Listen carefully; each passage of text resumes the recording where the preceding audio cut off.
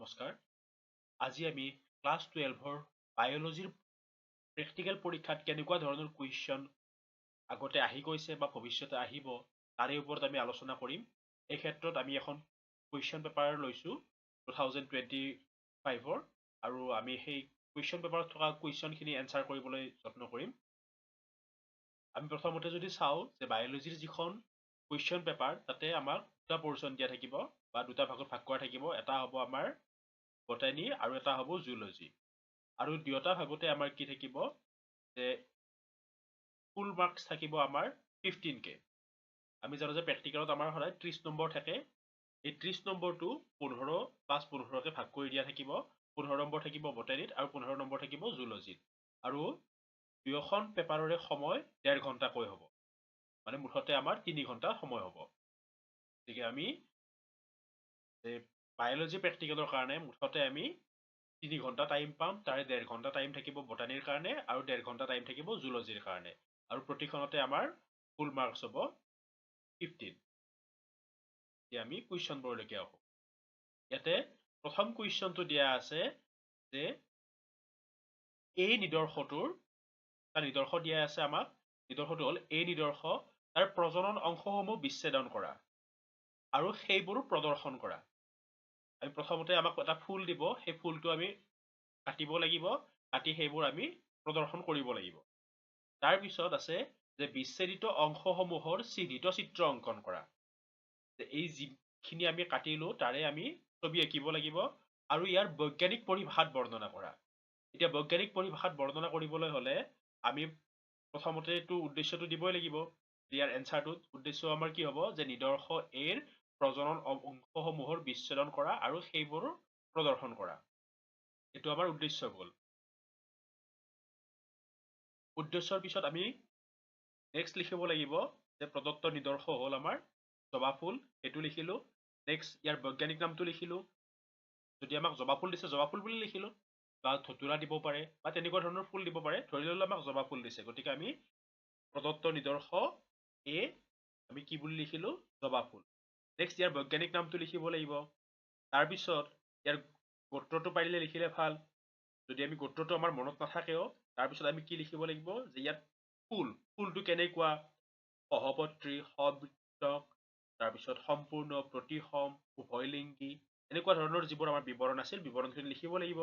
তাৰপিছত আমি পুংস্তবকৰ কথা লিখিব লাগিব অকণমান, তাৰপিছত স্ত্ৰীস্তবকৰ কথা লিখিব লাগিব। আৰু ইয়াৰে শেষত আমি ফুলটোৰ যিটো আমাৰ পুষ্প সংকেত আছিল সেই পুষ্প সংকেতটো লিখিব লাগিব। আৰু আমি এটা কথা মন দিব লাগিব, যেতিয়া আমি ফুলৰ ছবিটো আঁকিম, আমাৰ ফুলৰ ছবিটো সদায় লেফ্ট চাইডত থাকিব বহীখনৰ আৰু লিখাখিনি থাকিব আমাৰ ৰাইট চাইডে। এই যেতিয়া ফুলৰ ছবিটো আঁকিম তাতে আমি পুষ্প চিত্ৰটোও সন্নিৱিষ্ট কৰিব লাগিব। গতিকে আমাৰ নাম্বাৰ 1ৰ এনচাৰটো হৈ গ'ল। তাৰপিছত আমি যেনিবা নাম্বাৰ 2টো চালো। নাম্বাৰ 2টোত কি দিয়া আছে যে চতুৰ্ভুজ পদ্ধতি ব্যৱহাৰ কৰি তোমাৰ শৈক্ষিক প্ৰতিষ্ঠানৰ চৌহদত থকা উদ্ভিদৰ আবাদীৰ ঘনত্ব নিৰ্ণয় কৰা। আবাদীৰ ঘনত্বৰ প্ৰেক্টিকেলটো আমি কৰিছোৱে সকলোৱে। তাৰপিছত ইয়াতে পৰীক্ষাটোত ব্যৱহাৰ কৰা সঁজুলিৰ নাম। ইয়াতে আমি প্ৰথমতে উদ্দেশ্যটো লিখিব লাগিব। উদ্দেশ্য লিখাৰ পিছত আমি কি লিখিব লাগিব যে ইয়াত ব্যৱহাৰ কৰা সঁজুলিখিনিৰ নাম লিখিব লাগিব, কি কি সঁজুলি সেইটোত ব্যৱহাৰ হৈছে। তাৰে পিছত লিখিব লাগিব যে তোমাৰ তালিকাখন লিখিব লাগিব। এখন তালিকা বনাব লাগিব, তালিকাখন লিখিবা। আৰু একেবাৰে শেষত লিখিব লাগিব ফলাফলটো, যে আমাৰ আবাদীৰ ঘনত্ব কিমান পালো তাৰে ওপৰত আমি ফলাফল এটা লিখিব লাগিব। 2 নম্বৰ প্ৰেক্টিকেলটো একেবাৰে ইজি আছিল। আৰু 2 নম্বৰ প্ৰেক্টিকেলটোত আমাৰ অৰ এটাও দিয়া আছে। আমি অৰটো চাই লওঁ যে অৰটো কি দিয়া আছে আমাৰ। অৰটো যে প্ৰদত্ত মাটিৰ নমুনা বিৰ জলধাৰণ ক্ষমতা অথবা pHৰ পৰিমাণ অধ্যয়ন কৰা। যে আমি হয়তো জলধাৰণ ক্ষমতা চাব লাগিব নহলে pHৰ পৰিমাণ চাব লাগিব। তাৰপিছত নেক্সট কি দিয়া আছে যে পৰীক্ষাটোত ব্যৱহাৰ কৰা সঁজুলিৰ নাম। এইটো আগৰ নিচিনা, আমি উদ্দেশ্যটো লিখিম যে প্ৰদত্ত মাটিৰ নমুনা বিৰ জলধাৰণ ক্ষমতাৰ নিৰ্ণয়, উদ্দেশ্য হ'ল। তাৰে পিছত লিখিম যে ব্যৱহাৰ কৰা সঁজুলিৰ নাম। সঁজুলি আমাক যি লাগে, যেনে আমাক ফিল্টাৰ পেপাৰ লাগিব, মেজাৰিং চিলিণ্ডাৰ লাগিব, ফানেল লাগিব, তাৰপিছত চইল চেম্পল লাগিব। এই গোটেইখিনি বস্তু আমাক লাগিব, এইখিনি আমি লিখিলো। তাৰে পিছত আমাৰ যিখন পৰ্যবেক্ষণ তালিকা আছে সেই পৰ্যবেক্ষণ তালিকাখন আমি ফিল আপ কৰিব লাগিব আৰু লাষ্টত ফলাফলটো লিখি দিলে হ'ল যে প্ৰদত্ত নমুনা মাটিৰ বিৰ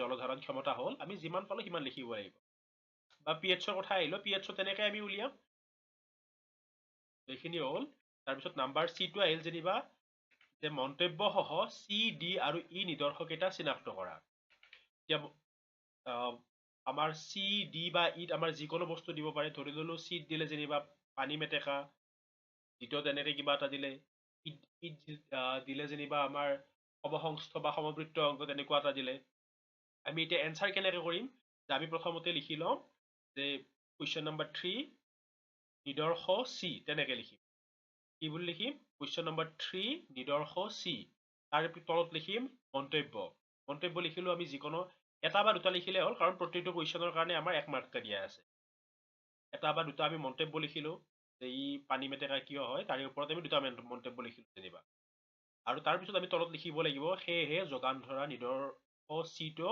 পানী মেটেকা বুলি চিনাক্ত কৰা হ'ল বা তেনেকে তোমাৰ ইত যি আহে সেইটো লিখিব লাগিব বা ইত যি আহে তেনেকে লিখিব লাগিব কেনেকে লিখিব লাগিব আকৌ এবাৰ কৈ দিছো যে প্ৰথমতে লিখিলো নিদৰ্শ চি তাৰ তলত লিখিলো মন্তব্য এটা বা দুটা লিখিলে হ'ল আৰু লাষ্টত লিখি দিব লাগিব সেয়েহে যোগান ধৰা নিদৰ্শ চিটো তুমি যি পোৱা সেইটো বুলি চিনাক্ত কৰা হ'ল তেনেকে লিখিলে হ'ল আৰু ইয়াৰ পিছত প্ৰেক্টিকেল বহিখন ছাবমিট কৰিব লাগিব এইখিনি আছিল আমাৰ বটানীৰ বিষয়ে ঠিক তেনেকে যদি জুলজিৰ পেপাৰখনো চাওঁ আমি জুলজিৰ পেপাৰখনতো আমাৰ আগৰ নিচিনাই থাকিব যে ফুল মাৰ্কছ হ'ব আমাৰ 15 টাইম থাকিব 1.5 ঘণ্টা 1.5 ঘণ্টা কিয় আমাৰ 1.5 ঘণ্টা ক'ত গ'ল বটানীত গ'ল এতিয়া 1.5 ঘণ্টা জুলজিত গতিকে আমাৰ ফুল মাৰ্কছটো কিমান হ'ল 15 + 15 =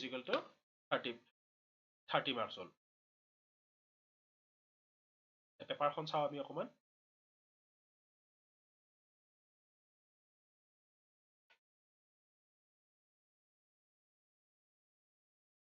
পেপাৰখন আমাৰ প্ৰথম কুৱেশ্যনটো দিয়া আছে যে প্ৰদত্ত পানীৰ নমুনা এৰ pH নিৰ্ণয় কৰা আমাৰ পানীৰ pH নিৰ্ণয়ৰ আমি সেইটো কি বুলি কয় পৰীক্ষাটো আমি কৰিছোৱে সকলোৱে পানীৰ pH নিৰ্ণয় কৰিবলৈ আমি কি কৰিব লাগিব যে পানীখিনি ললো লৈ pH পেপাৰ ললো pH পেপাৰখন অকণমান পানীত ডিপ কৰি দিলো পানীত ডিপ কৰি দিয়াৰ পিছত আমাৰ যিমান pH ওলায় সেই pH স্কেলডালত চালো আৰু ডাইৰেক্ট লিখি দিলো যে প্ৰদত্ত পানীৰ নমুনা এৰ pH হ'ল যিমান পালো যদি 6 পালো 6 লিখিলো 5 পালে 5 লিখিলো যিমান পালো সিমান লিখিলো নেক্সট একেলগে কুৱেশ্যন এটা আছে যে অনুবীক্ষণ যন্ত্ৰৰ সহায়ত দেখা পোৱা দুটা জীৱৰ নাম লিখা ইয়াত মাত্ৰ দুটা জীৱৰ নাম লিখিলে হ'ল ধৰি ললো দুটা জীৱ আমাৰ এমিবা হ'ব পাৰে তাৰপিছত ভলভক্স হ'ব পাৰে স্পাইৰগাইৰা হ'ব পাৰে গতিকে যিকোনো দুটাৰ নাম লিখি দিলে হ'ল গতিকে 1 নম্বৰ কুৱেশ্যনটো আমাৰ হৈ গ'ল আমি এতিয়া 2 নম্বৰ কুৱেশ্যনটোৰ পিনে আহো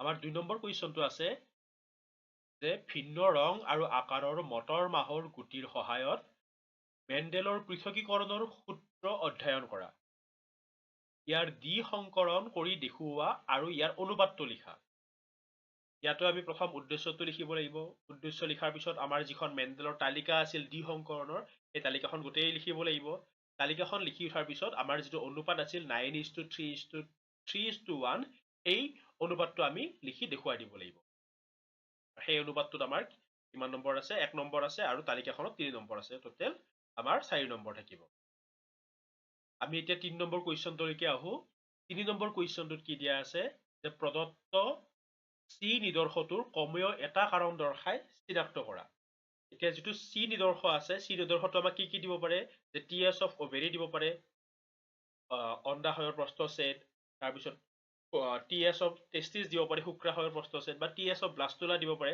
তেনেকুৱা ধৰণৰ কিবা এটা দিব পাৰে তুমি লিখিব কেনেকৈ লাগিব আগৰ নিচিনা যে ইয়াত লিখিব লাগিব কুৱেশ্যন নম্বৰ 3 নিদৰ্শ চি তলত লিখিব লাগিব মন্তব্যৰ পিছত মন্তব্য আমি যিকোনো এটা লিখিম এটা বা দুটা লিখিলে হ'ল আৰু তলৰ লাইনটো লিখি দিব লাগিব সেয়েহে যোগান ধৰা নিদৰ্শটো তুমি যি পোৱা সেইটো লিখি দিব লাগিব সেইটো হ'ল নেক্সট কুৱেশ্যন নম্বৰ 4 টো আছে যে প্ৰদত্ত ডি নমুনাটোৰ দুটা অভিযোজন লিখা এতিয়া ডি নমুনাটো সচৰাচৰ মাছ দিয়ে বা তেনেকুৱা ধৰণৰ কিবা কিবি দিয়ে। এতিয়া যদি মাছটো চাওঁ, যে মাছৰ দুটা অভিযোজন লিখিলে হ'ল। আমি ডাইৰেক্ট লিখিম যে প্ৰদত্ত নমুনা ডি, যদি মাছ দিছে মাছ বুলি লিখিম, আৰু তলত লিখিম অভিযোজন। অভিযোজন দুটা লিখি দিলে হ'ল। ইয়াৰ দেহটো মাকো আকৃতিৰ হয়, ইয়াত পানীত চলিবলৈ ফান থাকে, তেনেকুৱা ধৰণৰ কথাবোৰ আমি ইয়াত লিখি দিলে হ'ল। এবাৰ আহো আমি কুৱেশ্যন নম্বৰ 5লৈকে। কুৱেশ্যন নম্বৰ 5ত কি দিয়া আছে, যে প্ৰদত্ত ই নিদৰ্শটো চিনাক্ত কৰা। ইয়াৰ দ্বাৰা হোৱা দুটা ৰোগৰ দুটা লক্ষণ লিখা। আমি ইয়াতো আগৰ নিচিনা লিখিব লাগিব, যে কুৱেশ্যন নম্বৰ 5 প্ৰদত্ত নিদৰ্শ ই, তলত এটা মন্তব্য দিব লাগিব, আৰু পিছত লিখিব লাগিব সেয়েহে যোগান ধৰা নিদৰ্শটো তুমি যি পোৱা ইয়াতে ঘূৰণীয়া কৃমি দিব পাৰে, তেনেকুৱা ধৰণৰ কিবা কিবি দিব পাৰে, সেইটো লিখিলে হ'ল।